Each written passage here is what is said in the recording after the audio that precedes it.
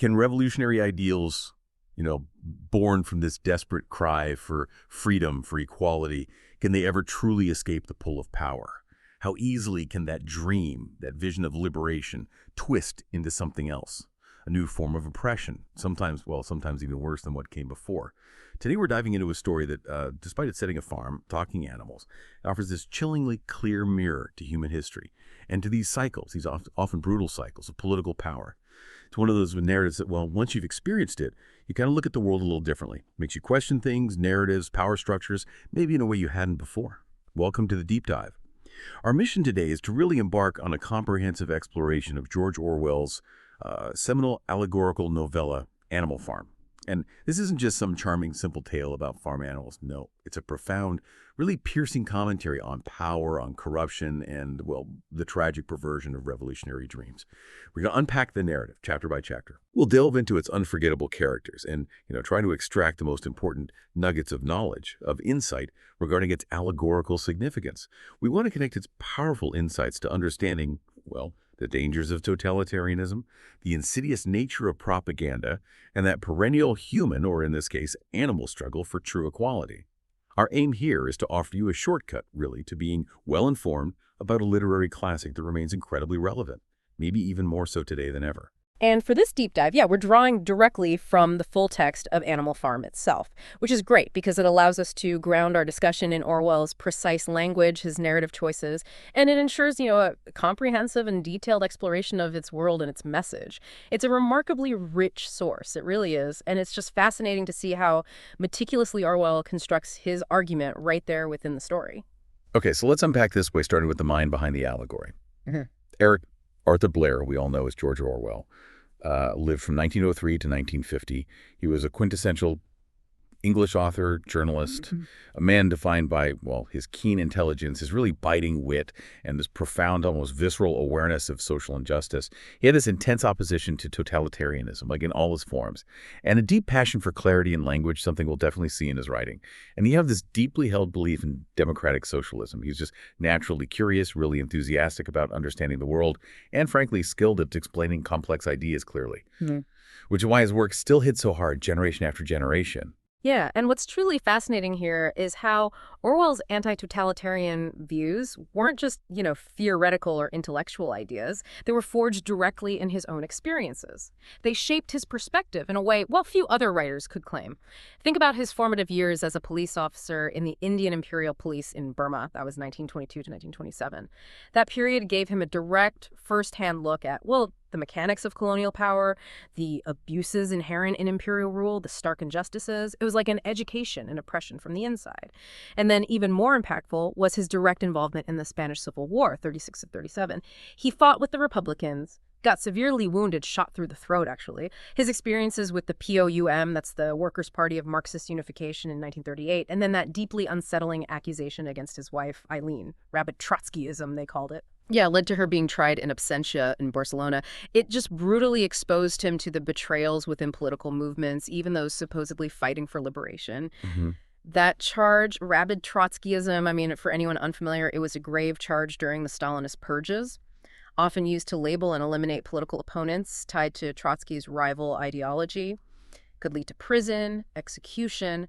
So these events really cemented his growing suspicion of Moscow-directed Stalinism. He became this fierce critic of what he saw as, the perversion of revolutionary ideals, the hijacking of genuine socialist aims by authoritarian power. That's an incredible personal journey. Marked by both direct involvement and this profound disillusionment. And after those intense, life-altering experiences, he continued his professional life, which, further broadened his understanding of power and rhetoric. He worked on propaganda for the BBC between 41 and 43, which is deeply ironic, right, given his later critiques. Right, it is. And served as the literary editor of the Tribune, that weekly left-wing magazine, in 43. He was just truly prolific journalist, sharp literary critic, reviewer, even a poet. He really threw himself into dissecting and commenting on the world around him, using every platform he had. Indeed, and these varied experiences, especially his exposure to the political purges, the ideological conflicts of the era, they really crystallized into his sharp critique of political systems. It does make you wonder, What was it about these experiences, direct and observed, that made his insights so devastatingly incisive, so universally applicable in his work?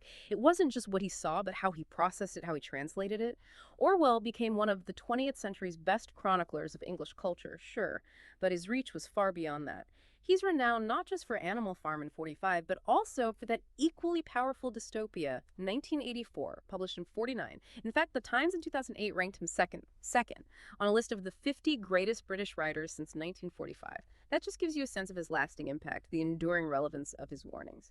So yeah, Animal Farm. It's truly regarded in the literary field as one of the most famous satirical allegories of Soviet totalitarianism, period. It's powerful because Orwell meticulously based the book on events leading up to and during Joseph Stalin's regime. It makes it this thinly veiled yet incredibly effective critique of the Soviet experiment, its tragic descent into tyranny.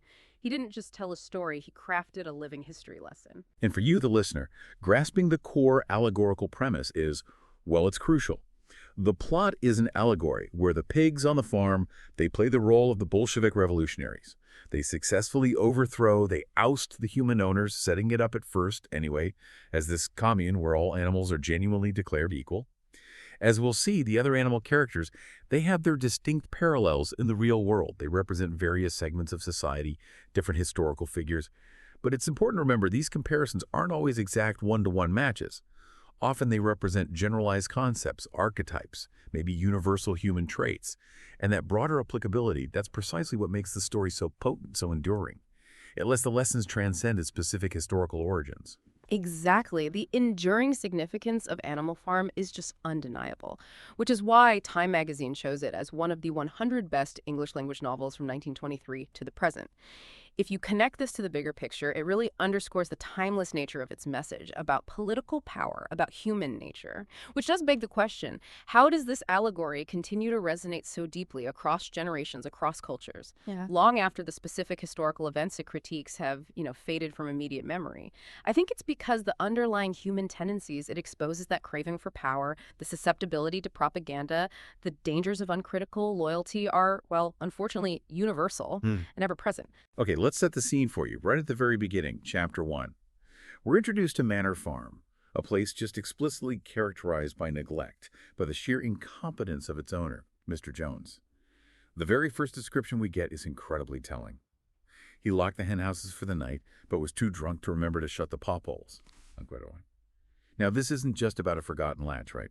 It paints this vivid, immediate picture of a careless, oppressive regime that's fundamentally failing its charges. And, frankly, failing itself through its own laziness, its own vice. The stage is just perfectly set for change, for this desperate desire for something better, even if the animals don't quite realize yet what better might truly mean or the immense challenges involved. And into this scene of, well, disarray, hunger, simmering discontent, steps old Major, the prize middle white boar. He's depicted as 12 years old and had lately grown rather stout, but he was still a majestic-looking pig with a wise and benevolent appearance. He gathers all the animals, unites them in the barn, and delivers this powerful, galvanizing speech. It acts as the foundational text, really, of their revolution. His central argument is a stark, undeniable truth for them. Our lives are miserable, laborious, and short. Then he asserts this revolutionary thesis. Man is the only creature that consumes without producing, highlighting that humans steal the whole produce of our labor and are thus the only real enemy we have.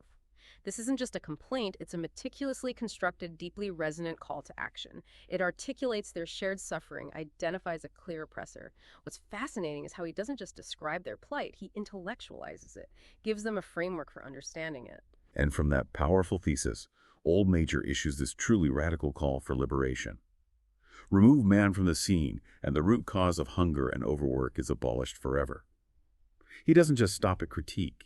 He paints this vivid, compelling picture of a utopian society for England, one capable of affording food in abundance for all its creatures. He argues quite simply that the life of an animal is misery and slavery. That is the plain truth, stirring them to envision a world free from this suffering. A future of abundance, freedom that stands in stark contrast to their current reality. It's an incredibly potent vision, isn't it? Absolutely. And to ensure this new society avoids the pitfalls, the vices of the old major, outlines what he calls resolutions, what later become the core commandments of animalism. These are explicitly intended to prevent them from adopting human characteristics or behaviors, he states. Whatever goes upon four legs or has wings is a friend. Whatever goes upon two legs is an enemy. No animal must ever live in a house or sleep in a bed or wear clothes or drink alcohol or smoke tobacco or touch money or engage in trade. All the habits of man are evil, and above all, no animal must ever tyrannize over his own kind. No animal shall kill any other animal. All animals are equal. What's so striking here is how clear these early ideals are, so uncompromising. They lay out a complete moral, social framework for the revolution. It's a pure, unblemished vision. The emotional climax of this chapter, and really a pivotal moment for the whole revolution, comes when Old Major teaches them Beasts of England. It's described not just as catchy, but as a stirring tune, and it immediately led to the wildest excitement among the animals. This isn't just a song, it's the anthem of their revolution, symbolizing their raw, collective hope for a better future. A future they now believe is truly within their grasp. It's the spark, really. Old Major passes away peacefully 3 nights later, leaving this profound leadership vacuum right after planting these powerful seeds of rebellion. So the animals are left with this ideology, but no clear leader. How do they, specifically the pigs, who are generally recognized as being the cleverest, how do they naturally step up to organize, to take the reins? What does this tell us about those initial stages of any revolution, where intellectual leadership kind of emerges? That's a crucial point, yeah, and it foreshadows so much of what comes next.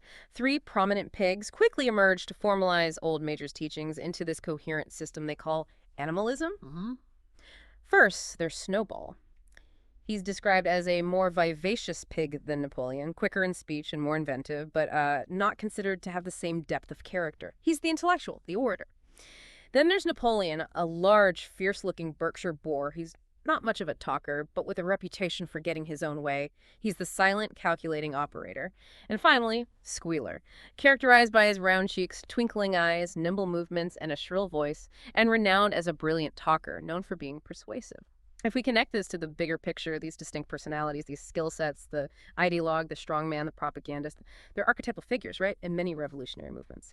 Their emergence here immediately sets up the internal dynamics that will ultimately shape the farm's destiny. Even in these early fervent days, though, we see the first cracks. Challenges to that revolutionary spirit that hint at, well, deeper human or animal nature. We see Molly's vanity. She's asking if ribbons, which are basically badges of slavery from Jones, and sugar would still be allowed. It highlights that perennial tension, doesn't it, between personal comfort and revolutionary sacrifice. How some individuals prioritize gratification over collective ideals. And then there's Moses, the tame raven. He was Mr. Jones's special pet, was a spy and a talebearer, but he was also a clever talker. Moses spreads these tales of Sugar Candy Mountain, a mythical animal heaven which the pigs struggle to counteract. They see it as a dangerous distraction.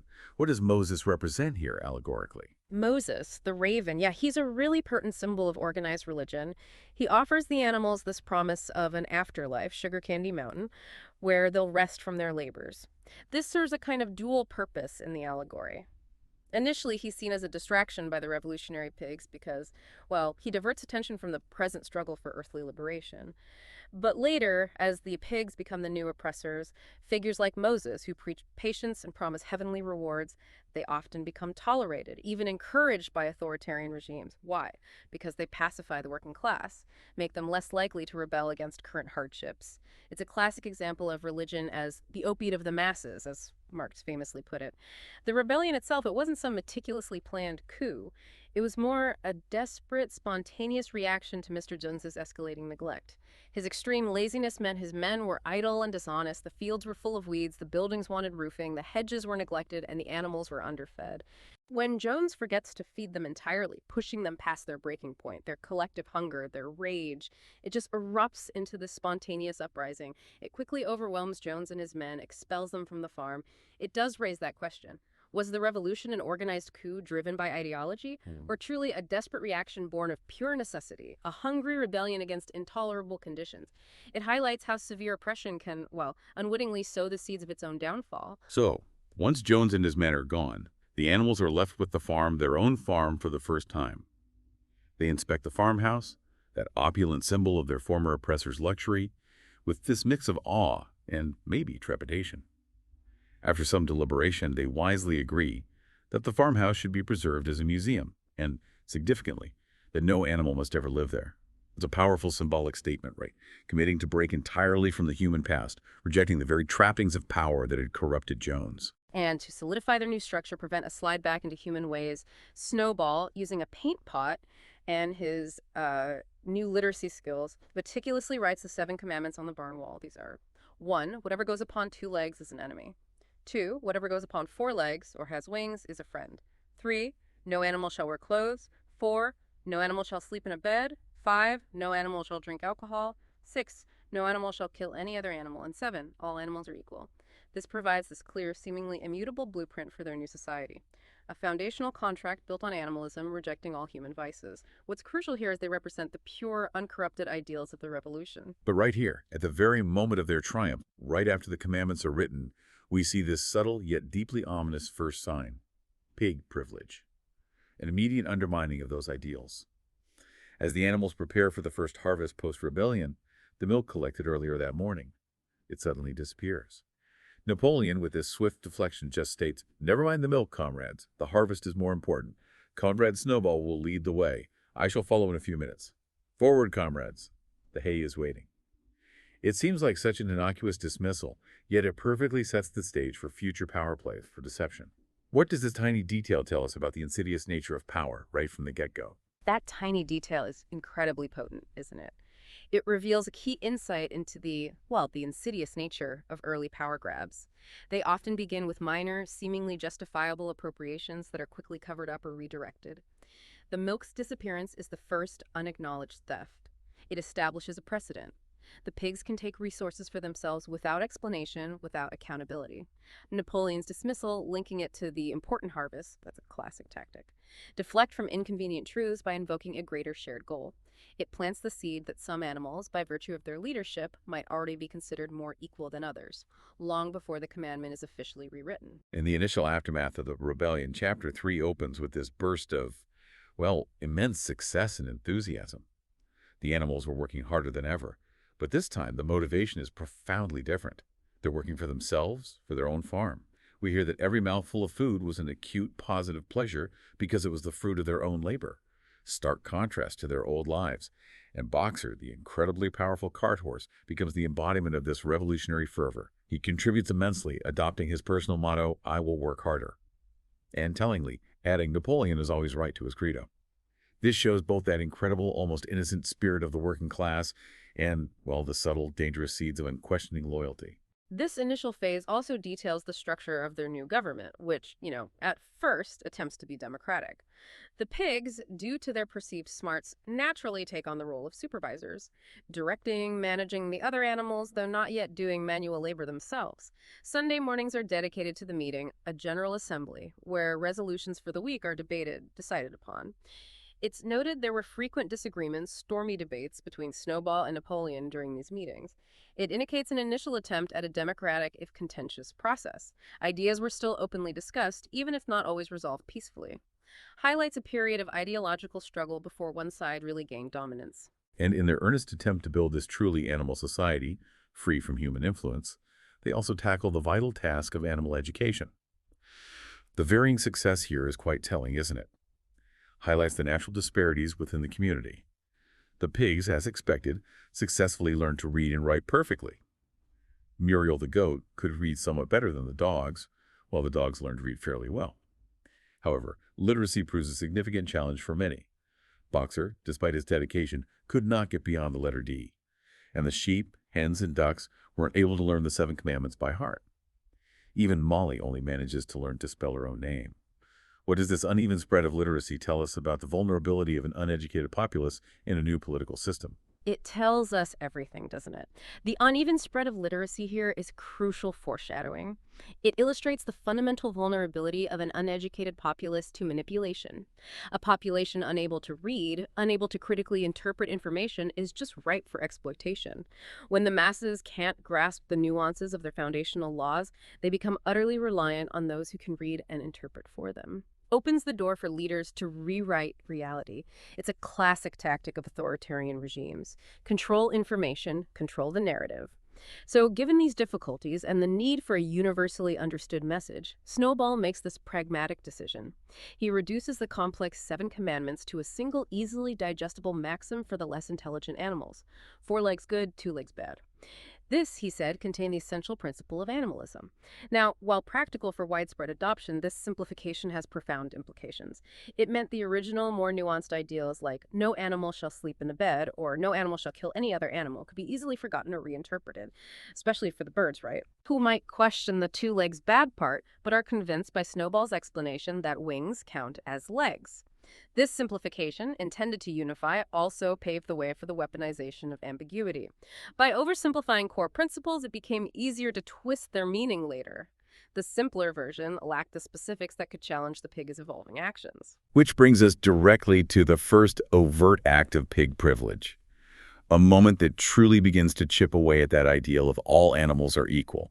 It's decided that all the windfalls were to be collected and brought to the harness room for the use of the pigs. And similarly, that milk that mysteriously disappeared back in Chapter 2, it's now explicitly confirmed to be for the pigs too.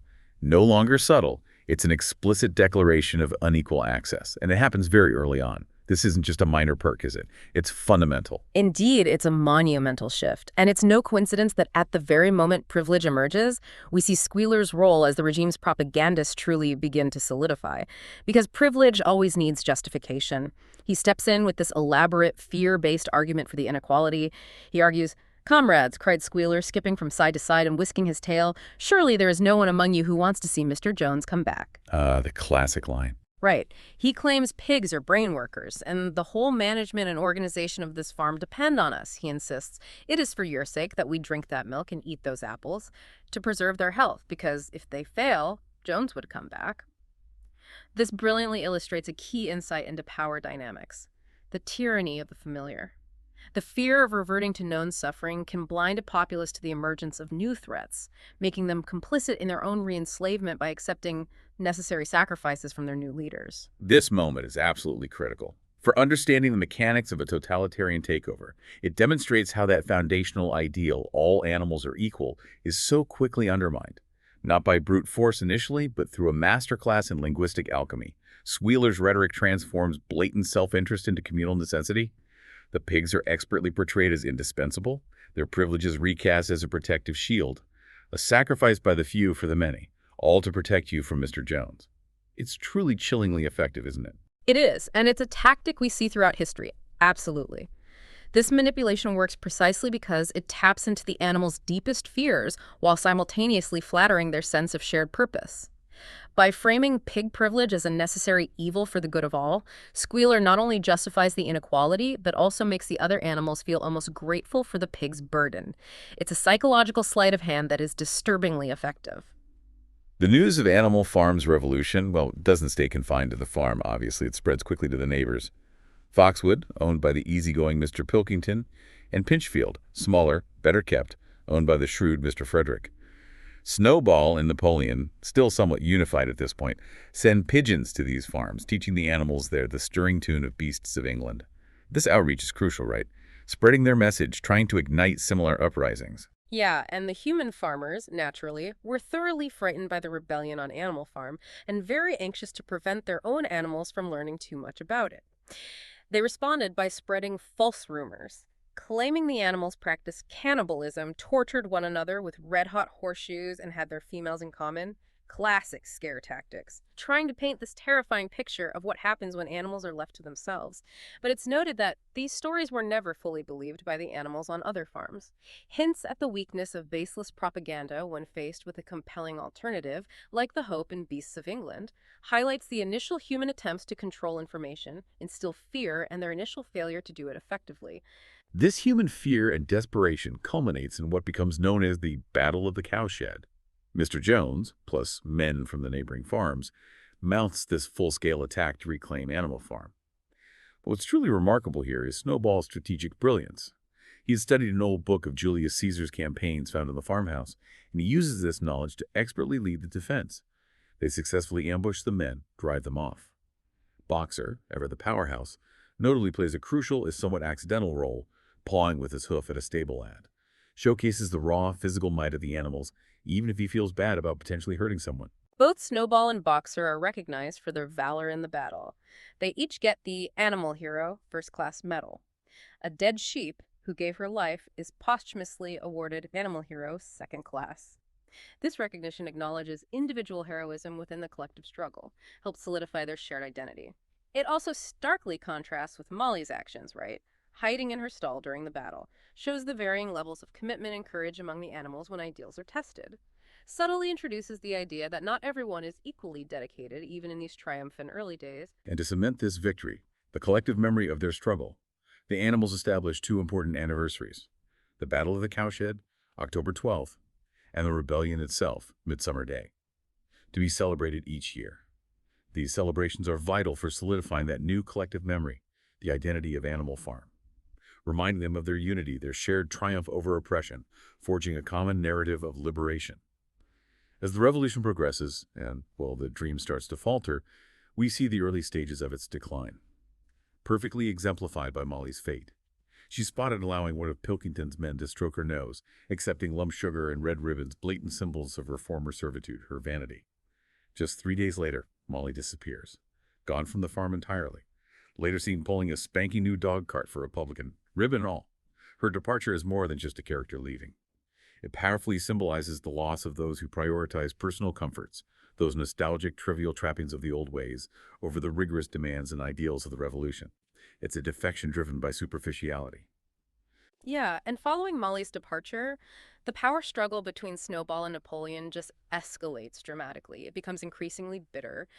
Their disagreements are constant now, affecting every single policy decision, turning every Sunday meeting into this contentious battle for influence. This internal conflict is critical. It provides an opening for one leader to consolidate power at the expense of the other, especially when one side prioritizes ideology and the other, well, pragmatic control. It's no longer just about policy, it's about personal dominance. And in this heightened atmosphere, Snowball introduces his grand vision: the windmill. He'd found a copy of an old book in the farmhouse, learned how to lay out and get all the animals to drop their dung directly in the fields, talked learnedly about field drains, silage, and basic slag. Beyond that, he meticulously studied books like 1,000 Useful Things to Do About the House, Every Man His Own Bricklayer, and Electricity for Beginners, all to plan this windmill to generate electricity. Promising warmth in winter, labor-saving machinery, it was this comprehensive vision of modernization, efficiency, ease for the animals, a tangible symbol of progress. Napoleon, however, presented this starkly pragmatic opposition. He argued that the great need of the moment was to increase food production, and that if they wasted time on the windmill, they would all starve to death. Oh. This immediately sows doubt, fear among the animals, taps into their most basic survival instincts. It does raise that question. Was Napoleon genuinely concerned about food, or was this a strategic, calculated move against Snowball's growing popularity, seeing the windmill as a vehicle for his rival's visionary leadership? Knowing Napoleon's character, it feels less like genuine concern, more like a tactical maneuver to undermine his intellectual superior. The debate over the windmill gets incredibly heated, culminates in Snowball's eloquent, passionate speech advocating for it, laying out this vision of a future free from toil. Napoleon, unable to match Snowball's rhetorical skill, simply responds with that peculiar sidelong look and a contemptuous snarl. Before the sheep, loyal to Napoleon, begin this disruptive chanting of 4 legs good, 2 legs bad, right in a crucial moment in Snowball's speech. This isn't just simple disruption, is it? It perfectly highlights that struggle between intellectual vision and brute force, between persuasive argument and crude, manufactured disruption. Exactly. This moment is a textbook example of how totalitarian regimes silence intellectual opposition. Unable to win the argument on merit, Napoleon resorts to intellectual suppression. The sheep's chanting acts as a kind of thought-stopping cliché. It prevents nuanced discussion, creates a climate where complex ideas are drowned out by simple, repetitive slogans, sets the stage for eliminating dissent by undermining the very foundation of open debate. And then, the revolution takes its most dramatic, chilling turn, a moment that fundamentally alters the course of Animal Farm. Napoleon lets out that peculiar sidelong look and then, without warning, unleashes 9 enormous dogs wearing brass-studded collars. Dogs he had secretly reared from Jessie and Bluebell's puppies, taken from their mothers specifically for this purpose. These terrifying dogs immediately chase Snowball right off the farm, a violent, brutal coup. This event isn't just a leadership change, it marks a decisive, violent seizure of power. removing the intellectual rival, firmly establishing Napoleon's physical dominance through fear, raw intimidation. This is the point of no return, isn't it? The dream is officially under threat from within. You're absolutely right. It's the definitive turning point. Represents the violent purge of political opponents that characterizes so many real-world totalitarian regimes. Immediately following Snowball's expulsion, Napoleon consolidates his authoritarian control with chilling efficiency. He abolishes the Sunday meetings, the last vestiges of direct democracy, animal participation, replaces open debate with pure decree. He declares that all questions relating to the working of the farm would be settled by a special committee of pigs presided over by himself. The other animals would now merely receive orders, no debate, no dissent. This swift action effectively ends any pretense of democracy, ushers in a new dictatorial order enforced by the literal threat of violence embodied by the Bogues. This is where it gets really interesting, right? Propaganda, not just force, becomes a primary tool of control. With Snowball brutally gone, Squealer steps up as Napoleon's chief propagandist, immediately spinning this web of lies to justify the coup. He claims bravery is not enough, arguing loyalty and obedience are more important than courage, subtly devaluing Snowball's heroism at the cowshed. Then he outrageously portrays Snowball as a traitor, a criminal, even suggesting his windmill plans were stolen from Napoleon. Squealer constantly reinforces his arguments by asking the animals with that menacing edge, "Surely, comrades, you do not want Jones back." This fear-mongering becomes an incredibly powerful lever, doesn't it? It's a masterclass in dismantling truth, absolutely. Squealer's rhetoric doesn't just lie, it actively rewrites memory, manipulates fear. By conflating any criticism of Napoleon with a desire for Jones's return, he creates this false dilemma. Support Napoleon completely or support the return of the old oppressor. No middle ground, no nuance. And we see the immediate heartbreaking impact on Boxer. With his unwavering, almost naive loyalty, he immediately adopts a new maxim. Napoleon is always right, adding it to his already steadfast, "I will work harder." Squealer's words are powerful, sure, but they are always underscored by the menacing presence of those 9 enormous dogs. Standing silently beside him, a constant unspoken threat ensuring compliance, silencing questions or dissent. It's the iron fist and the velvet glove of rhetoric. And then, in this truly stunning twist of narrative, political irony, Napoleon announces the windmill will be built after all, despite having vehemently opposed it just moments before Snowball's expulsion, and Squealer, ever the master of revisionism, immediately revises the entire historical narrative. Claims Napoleon had advocated the windmill from the beginning, Snowball merely stolen his plans. This blatant rewriting of history, where the truth is inverted to serve the current regime, demonstrates the absolute power of a totalitarian system to control memory, manipulate reality. The truth simply becomes whatever Napoleon says it is, regardless of what the animal saw with their own eyes. This is a perfect illustration of how totalitarian regimes control information, a process I'd call the chronicle of manufactured consent. It's not just lying, it's systematically altering the past to legitimize current power. If you control what people remember, you control what they believe about the present.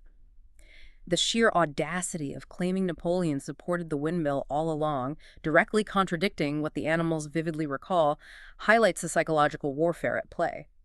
It forces the animals to question their own memories and ultimately to accept the official narrative, however implausible, rather than face those menacing dogs. With Snowball gone, Napoleon firmly in charge, the animals' labor intensifies dramatically to build the windmill. They worked like slaves, establishing a 60-hour week, introducing strictly voluntary Sunday afternoon work, where absence meant rations reduced by half. Shows how quickly their liberation from Jones transformed into this new, more demanding servitude under Napoleon. Fueled by the perpetually unfulfilled promise of a better future that seems just out of reach, the revolution became a new, more efficient engine of exploitation. And this period also sees that controversial decision that directly violates Old Mater's original ideals, those initial sacred resolutions. Napoleon announces Animal Farm would engage in trade with the neighboring farms, not, of course, for any commercial purpose, but simply in order to obtain certain materials which were urgently necessary, end quote. To facilitate this, he hires Mr. Whymper, a solicitor, as an intermediary. This engagement in trade with humans, the very enemies they swore off, the two-legged creatures they were forbidden from dealing with, is a direct repudiation of that principle, never to have any dealings with human beings. Further signals the pigs' profound departure from revolutionary purity. It's a pragmatic betrayal of core ideology for material gain, perceived necessity. The hypocrisy deepens as we see the pigs indulging in increasing luxury. Moving into the farmhouse, a symbol of human oppression, and beginning to sleep in beds. When Clover, disturbed by this, asked Muriel to read the fourth commandment on the barn wall, She finds it has been subtly altered. No animal shall sleep in a bed with sheets. Squealer, true to form, provides this convoluted explanation, arguing a bed is merely a place to sleep in, and the pile of straw in a stall is a bed, properly regarded, while sheets are the true human invention, thus the only forbidden element. It's a perfect example of linguistic alchemy at play, twisting words to justify previously forbidden actions. It is absolutely that. A sophisticated, albeit convoluted, reinterpretation of law. Squealer's explanations, coupled with the animal's poor collective memory and the constant, implied intimidation by the dogs, effectively rewrite the past, normalize the pig's growing hypocrisy and privilege. The animals, unable to articulate their vague unease, are forced to accept these blatant contradictions. It raises that important question for us. How do people, even when their memories tell them something is wrong, come to accept such obvious lies, such inconsistencies? Highlights the power of controlling information, leveraging fear, subtly shifting definitions to erode objective truth itself. Then a major setback occurs. The first windmill, symbol of their hopes, their tireless labor, is destroyed by a raging southwest wind. Devastating blow. Napoleon, however, immediately seizes the opportunity, reinforces his control, further demonizes his rival. He dramatically proclaims Snowball. He suddenly roared in a voice of thunder, "Snowball has done this thing," in sheer malignity. Thinking to set back our plans and avenge himself for his ignominious expulsion, this traitor has crept here under cover of night and overthrown our windmill. Offers a reward for Snowball's capture, further cementing Snowball as the ultimate scapegoat for all failures. This is a classic move, isn't it? Rally support against a manufactured enemy. Absolutely. This is the classic scapegoat mechanism in full effect. When things go wrong, a totalitarian leader never blames themselves or their policies. They find an external enemy, often one they've already demonized, to bear the blame. This serves several purposes: deflects criticism, unifies the populace against a common, often imagined threat, and justifies further oppressive measures in the name of security. By making Snowball this omnipresent, malevolent saboteur, Napoleon creates a constant justification for his own dictatorial power and the animals' continued suffering. Chapter 7 opens with this bleak description of the harsh conditions on Animal Farm. A bitter winter. The stormy weather was followed by sleet and snow, and then by a hard frost, which did not break well into February. Ooh. The animals are forced to rebuild the windmill, facing severe food shortages, which Napoleon tries to conceal from the outside world through whimper. The revolutionary dream is quickly turning into this nightmare of endless labor, increasing deprivation. Far from the utopia old Major promised. The regime's willingness to use brutal suppression against its own becomes horrifyingly clear when Napoleon orders the hens to surrender 400 eggs per week for sale, a drastic measure to get funds. The hens, protesting fiercely, respond by flying to the rafters, smashing their eggs, a desperate stand against this exploitation. Napoleon's response is swift, merciless. He starves them, resulting in 9 hens died in the meantime. This incident unequivocally demonstrates the regime's willingness to use extreme violence, cruelty against its own to ensure compliance, highlights the true cost of dissent, the cold, calculated nature of their power. With internal dissent brutally crushed, the propaganda campaign against Snowball intensifies to an almost fever pitch. Squealer announces Snowball is now hiding on one of the neighboring farms, either Foxwood or Pinchfield, and is secretly frequenting the farm by night, committing sabotage, mixing weeds and seed corn, breaking eggs. This constant demonization of an external enemy, real or imagined, serves to distract the animals from their own suffering, Napoleon's failings. Creates a perpetual state of fear and vigilance, doesn't it? It does, and it's a classic tactic. The creation of an existential threat. By constantly reminding the animals of Snowball's supposed malevolence, Napoleon ensures any misfortune, any hardship, can be immediately attributed to this unseen enemy. Absolving the leadership of any responsibility, it cultivates a climate of paranoia, prevents the animals from questioning the real causes of their misery. This escalating paranoia, the need to completely eradicate dissent, culminates in a truly terrifying purge orchestrated by Napoleon. Under the menacing threat of the dogs, 4 pigs are seized. Under duress, they confess that they had been secretly in touch with Snowball ever since his expulsion, even conspired with him to overthrow Napoleon. 3 hens also confess to plotting with Snowball. All these confessors are immediately executed by the dogs right in front of the horrified animals. This public show of terror marks a brutal turning point, signifies the complete abandonment of the "no animal shall kill any other animal" commandment. It silences any remaining opposition through raw, visceral fear, demonstrates the regime's absolute ruthlessness, ensures no one dares question Napoleon again. In the chilling wake of these executions, Beasts of England, the very anthem of the rebellion, the song that sparked their liberation, is abruptly abolished. Squealer declares it was a song of the rebellion, and since the rebellion is now completed, it's no longer needed. It is replaced by Minimus's new, less inspiring, much more regime-loyal song, Animal Farm, never through me shalt thou come to harm. This act symbolizes the complete suppression of revolutionary spirit, independent thought, replacing it with loyalty, subservience to the new totalitarian order. It's the musical erasure of their past ideals, isn't it? Precisely. It's the erasure of revolutionary memory, a critical step in solidifying absolute control. Beasts of England was a symbol of hope, a call to action, a reminder of their original egalitarian goals. By banning it, replacing it with a song of loyalty to the farm itself, and by extension to Napoleon, the regime cuts off the annals from their own history, from any shared vision that might inspire future dissent, transforms a song of liberation into a song of obedience. The systematic manipulation of the animal's memory continues relentlessly, deeply impacting the fundamental tenets of animalism. Clover, still faintly recalling the original laws, discovers the fifth commandment has been altered again. It now reads, "No animal shall kill any other animal without cause." End quote. The addition of those two words fundamentally changes the meaning, retrospectively justifying the recent purges, demonstrating how the regime's actions are always aligned with the law, even if the law has to be rewritten to fit the regime's brutality. It's a chilling use of legalistic jargon to mask atrocity. This subtle addition is a powerful example of the weaponization of legalistic ambiguity. By inserting two seemingly innocuous words, the pigs transform a clear moral absolute no killing into a conditional one, no killing without cause. This not only provides retroactive justification for their recent murders, but also gives them a blank check for future violence, as they alone will define what constitutes cause. It systematically erodes the very bedrock of objective truth, revealing that controlling language is the first, most powerful step in controlling reality itself. Alongside these legalistic changes, Napoleon's cult of personality grows to disturbing proportions. He acquires grandiose, almost godlike titles: father of all animals, terror of mankind, protector of the sheepfold, duck's friend. Minimus, the poet pig, composes this lengthy poem in his honor, beginning with lines like, "Friend of the fatherless, fountain of happiness, lord of the swill bucket.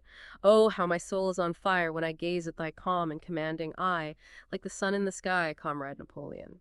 This highlights the absolute deification of Napoleon, transforming him from a leader into an infallible, almost divine figure whose every action is beyond question. Meanwhile, Napoleon's dealings with human farmers become increasingly duplicitous, a complex game of power politics. He engages in negotiations for timber, shrewdly playing both Frederick of Pitchfield and Pilkington of Foxwood against each other, always seeking the best deal. He ultimately sells the timber to Frederick for £5 notes. However, in a shocking betrayal, these banknotes were forgeries. Napoleon and Animal Farm get swindled by Frederick. It's a bitter lesson in human treachery, but also maybe in Napoleon's own short-sightedness, his greed, his hubris, and thinking he could outsmart everyone. Frederick and his men soon launch a brutal second attack, the Battle of the Windmill, using firearms to completely destroy the newly rebuilt windmill. This is a devastating blow, not just materially, but emotionally, for the animals who poured their sweat, their labor into it. Despite the immense losses, the farm's exhaustion, the devastating destruction, Napoleon, with characteristic audacity, declares a victory. He then bestows upon himself the Animal Hero First-Class Medal, manipulating perception, turning clear defeat into triumph through propaganda, demonstrating his complete control over the narrative, regardless of the painful, undeniable reality. It's the ultimate gaslighting of an entire population. After the supposed victory, the pigs make another scandalous discovery: a case of whiskey. They engage in heavy drinking. Napoleon himself found in a farmhouse kitchen wearing one of Mr. Jones's old bowler hat, a grotesque caricature of their former oppressor. The next morning, consequence of their indulgence, Napoleon's severe hangover, the sixth commandment is found altered yet again. Now reads, "No animal shall drink alcohol to excess." Perfectly illustrates the pigs' increasing indulgence in human vices, their immediate self-serving justification by rewriting the very laws they'd sworn to uphold. No longer about ideals, just rationalizing hedonism. This is truly a potent example of selective morality under totalitarianism. The rules only apply when they don't inconvenience the ruling elite. The addition of to excess is a classic linguistic loophole, allows the pigs to indulge in a forbidden pleasure while maintaining the pretense of adhering to the commandments, completely undermines the original spirit of self-denial, equality. reveals the pigs now operate under a completely different set of rules, ones they invent and modify at will. Through all this escalating tyranny, this hardship, Boxer's dedication remains tragically unwavering. Despite sustaining a painful split hoof during the Battle of the Windmill, he continues his immense labor, dedicates himself to rebuilding the windmill yet again. His steadfast motto, "I will work harder," becomes this heartbreaking symbol of the exploited working class, whose loyalty, tireless effort, good intentions are relentlessly abused by the ruling elite. He is quite literally the engine of the farm, physically embodying its production, even as his body gives out. While Boxer and the other animals endure back-breaking labor, continued hardship, the pigs solidify their privileged position, creating a distinct, increasingly separate class. Rations for all other animals continually reduced, thinly disguised as readjustments. While the pigs enjoy increasing luxury, a new generation of pigs, 31 in number, are born, educated by Napoleon himself, enjoying the privilege of wearing green ribbons on their tails on Sundays. Even Moses, the Raven, who once preached about Sugar Candy Mountain, is allowed back.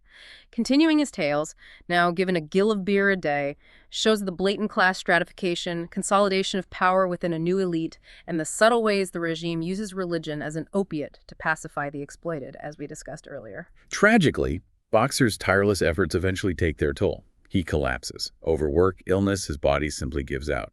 Squealer quickly arranges for him to be taken to a hospital in Wellington, reassuring the other animals he'll receive the best care. There's this moment of hope, right?